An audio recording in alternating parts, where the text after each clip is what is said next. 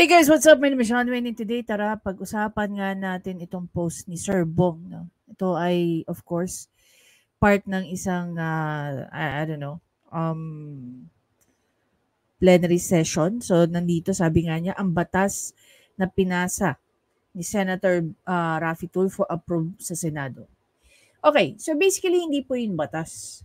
Ang batas po, masasabi niyo pong batas ang isang bill pag ito po ay napirmahan na ng isang presidente. So, ang tawag sa isang bill, pag enacted na or na pinasa na or sabihin na natin pinirma na ng isang presidente, matatawag po itong batas. Pero hanggat wala pa pong pirma ng presidente, hindi pa po ito isang batas. Anyway, so dito, okay, even before we get into this, sa ano ni Idel,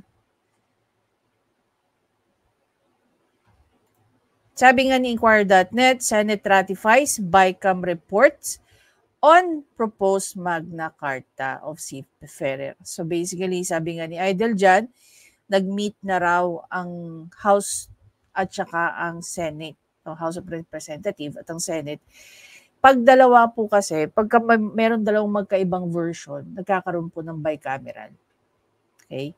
So doon, it's either ito yung pwedeng mga mangyari, ha? I-adapt nila ang isang bill, whether Senate or House of Representatives, or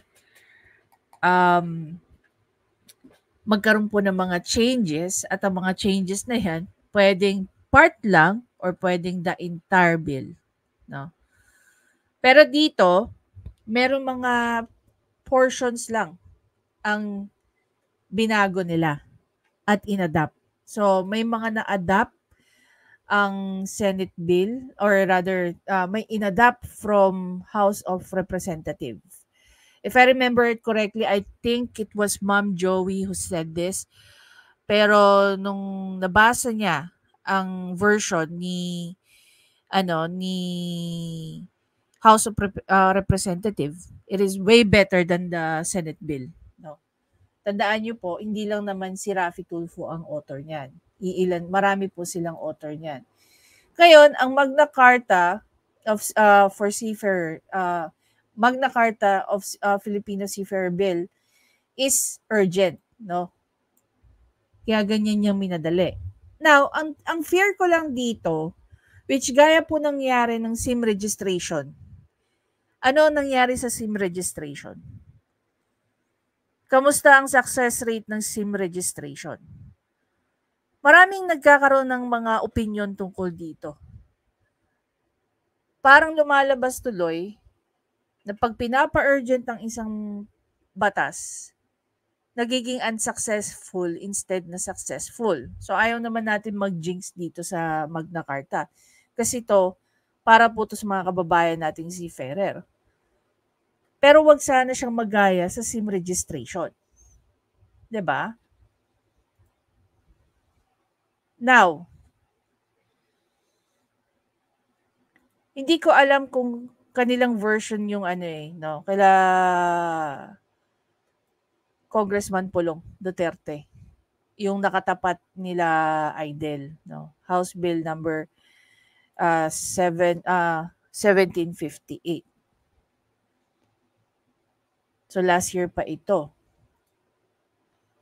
Ngayon balikan natin si Idel. Pakinggan natin yung sinabi niya para ma-determine natin kung ano-ano yung mga inadapt. Nilang pinagkukunan ng hanap buhay.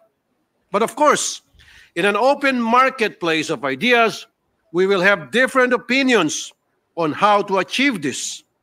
Fortunately, the Bicameral Conference Committee that tackled the Magna Carta of Filipino Seafarers was a collaborative process between representatives from both houses.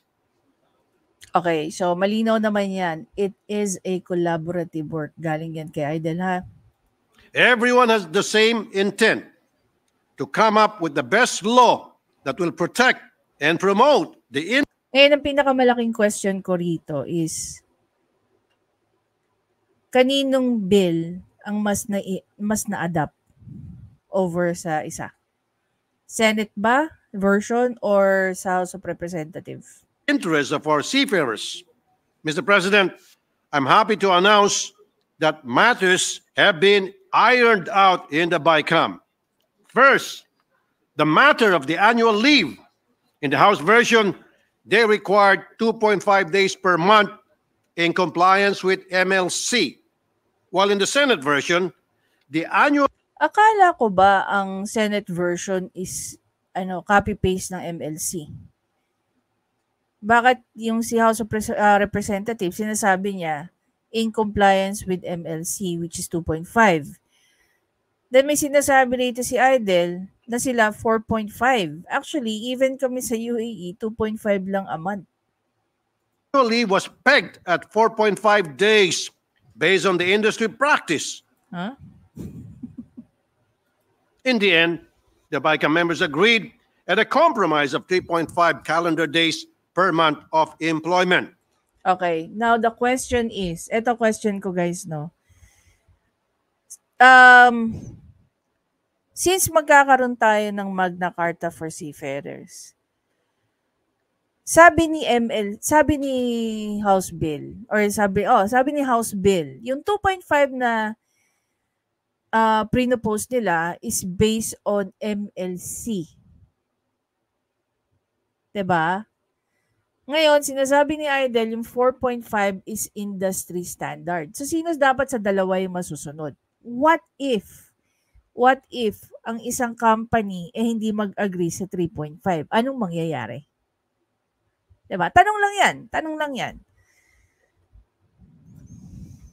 Second, the Senate adopted the House version institutionalizing the shipboard training which will be regulated. Senate. Wait, ano daw? Institutionalizing. Wait lang, balik tayo.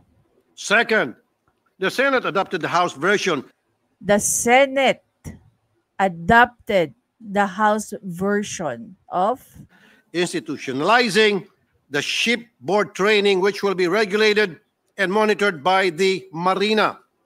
This ultimately addresses the repeated concern on the credentials of our seafarers and their compliance with the STCW. This would fulfill our commitment with the European Maritime Safety Agency, or EMSA.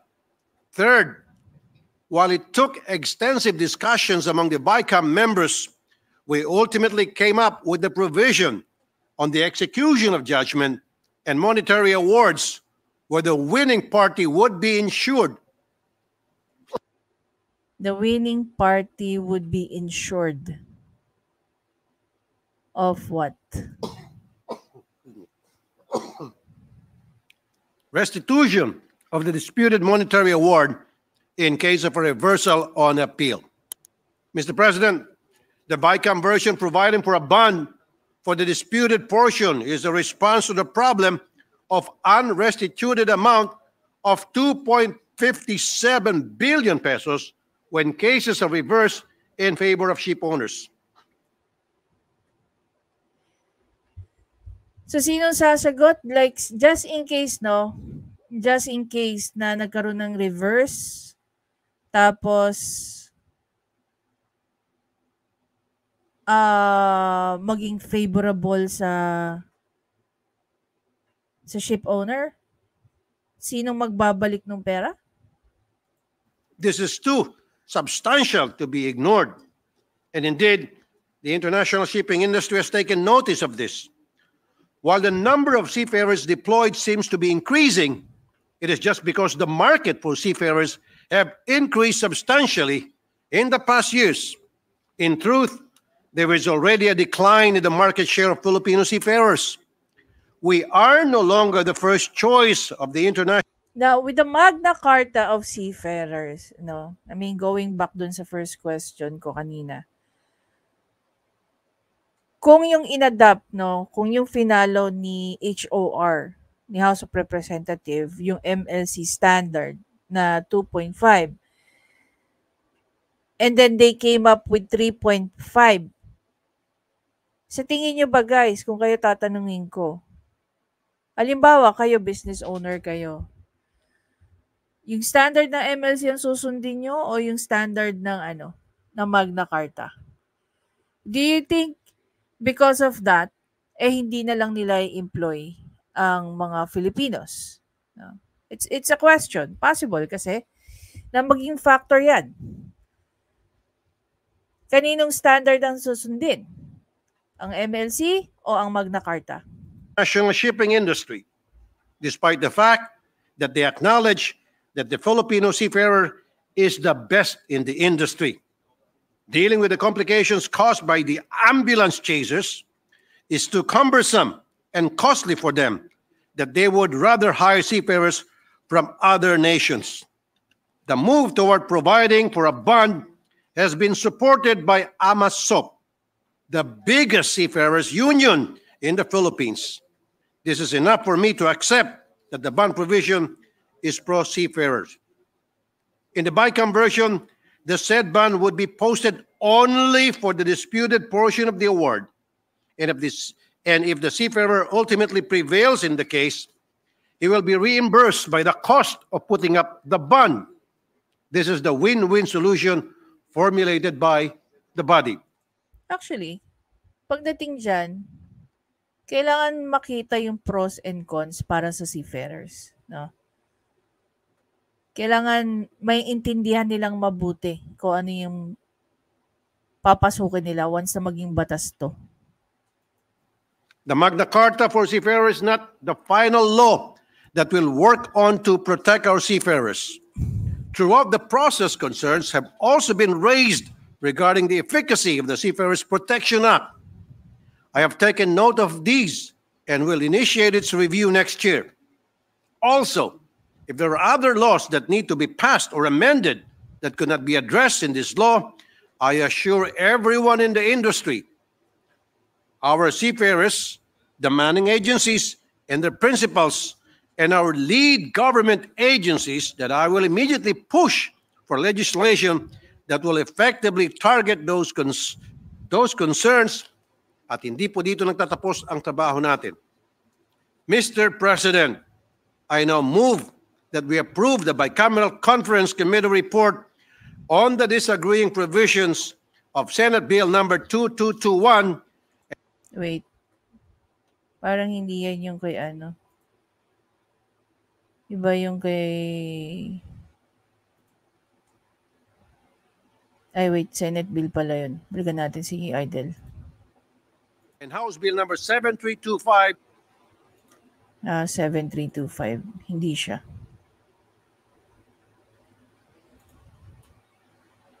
Hindi siya. 1758 to eh. Going back. An act providing for the Magna Carta of seafarers. Thank you, Mr. President.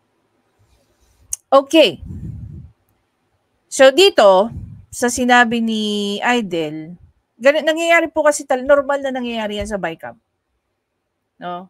Pwedeng i-adapt nila yung isang version or yung kabilang version or pagsasamahin nila yung dalawa. Kukunin nila yung mga pangit, kukunin nila yung mga pangit, tatanggalin nila, papalitan nila.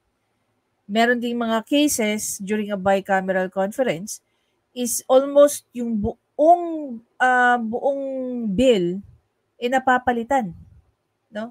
Or majority of it. Okay? Ngayon natawa lang ako dito sa sinabi ni Senator Villanueva nung siya na yung nag-speech. Ayan, pakinggan natin si Senator Villanueva. The Bicameral Conference Committee report on the disagreeing provisions of Senate Bill number 2221 and House Bill number 7325, and let the text of the joint explanation be deemed read into the records of the chamber. So moved, Mr. President. Before I do that, I'd just like to congratulate the sponsor. This, sir, is a landmark measure. Ilang dekada na to. I just hope, na hindi siya magaya. Again, hindi ko naman ginijinx. I just hope na it will work not only in favor of the seafarer but also, of course, to protect them. 'Di ba? Sana, sana. Hindi ito magaya sa nangyari sa SIM registration na naging urgent din, and I don't know. Kayo ba, kung tatanungin ko kayo, ano bang opinion nyo sa nangyari sa SIM registration. Parang nonsense. Walang kwenta. Mas lumala pa nga. Mas madami pa yung nagte-text sa akin. Hi. Hinihiling ng ating mga seafarers. It's your term and your watch that Thank made you. it happen. Thank So you, Mr. President. congratulations, sir. Thank you very much, Mr. President. There being no objection, and of course, all the authors of the measure as well. There being no objection. Of course, all the authors of the measure. Guys, pag naririnig nyo yung salitang measure, ito po ay another term, no? Sa salitang bill or batas. Bicameral Conference Committee report the disagreeing provisions of Senate Bill number 2221 and House Bill number 7325 is hereby approved and ratified. Congratulations. Mr. President, may I be allowed to Akala ni Idol tapos na, oh. May humabol pa si Senator Joel eh. just Yes, give a few words? please Mr. proceed. President, in the interest of time, we'd like to have our explanation of vote on the Bicameral Conference Committee of the Magna Carta of Seafarers be inserted into the records, Mr. President. Thank you very much. Mr. President, I just wanted to put on record that at last, Mr. President, we have a law protecting and giving due justice to our Filipino seafarers. And one thing is clear, Mr. President, there is no mention of escrow or fiduciary account in the Yeah, wala. Pero meron kayong, I mean, wala nga silang ginawang escrow dyan. Okay? Given yon. Pero, meron silang pinalit sa escrow version. So, kung napapakinggan nyo nga kanina, that's the one that I was asking. You have to make the seafarer understand yung part na yon, yung provision na yon. No?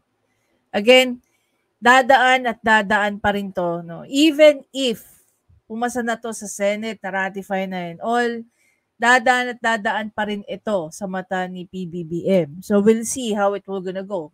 Hopefully, smooth. Otherwise, baka ibalikin sa kanila. No? Ang tawag doon, veto. Pag sinabing veto, hindi sinasabatas o ayaw pirmahan ng presidente dahil may mga provisions doon na hindi siya nag-agree. Another thing is that pag within 30 days, no, or after 30 days, hindi pa rin pinipirma ng presidente ang isang bill, no, na gaya nito, halimbawa, ito, hindi niya pinirmahan after 30 days, automatic, nagiging batas po yan. Okay? the bicameral report. We also believe, Mr. President, that any reimbursement due to the seafarer should be automatically given to him, including legal interest, Mr. President. Nagpapasalamat po tayo sa pamumuno ng ating kaibigan, kasamahan, chairperson ng Senate Committee on Migrant Workers na si Senator Raffy Tulfo dahil karamihan po sa ating mga iminungkahing amyenda na inilahad po natin. Pakinggan niyo mabuti itong portion na to. Ating mga iminungkahing Wait. Ayun natin. Medyo dahan-dahan.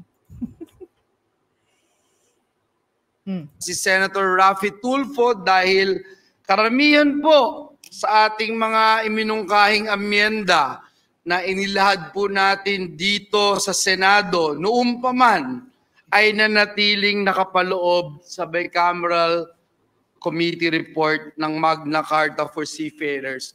Kaisa po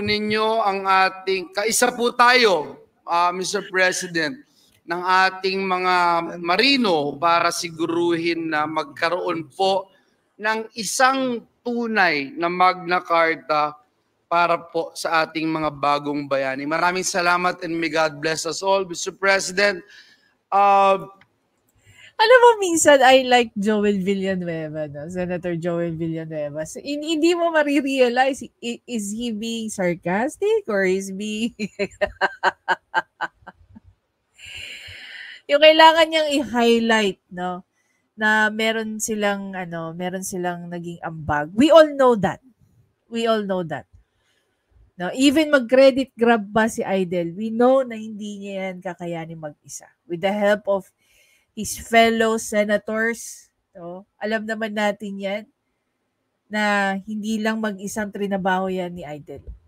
Kaya actually, it's not congratulations, Rafi Tulfo, but congratulations to each and everyone no, na naging parte o kasama ni Idol dyan sa pagbabalangkas ng Magna Carta, even the version of the House of Representatives. Okay? Alam natin yon. Alam natin yon.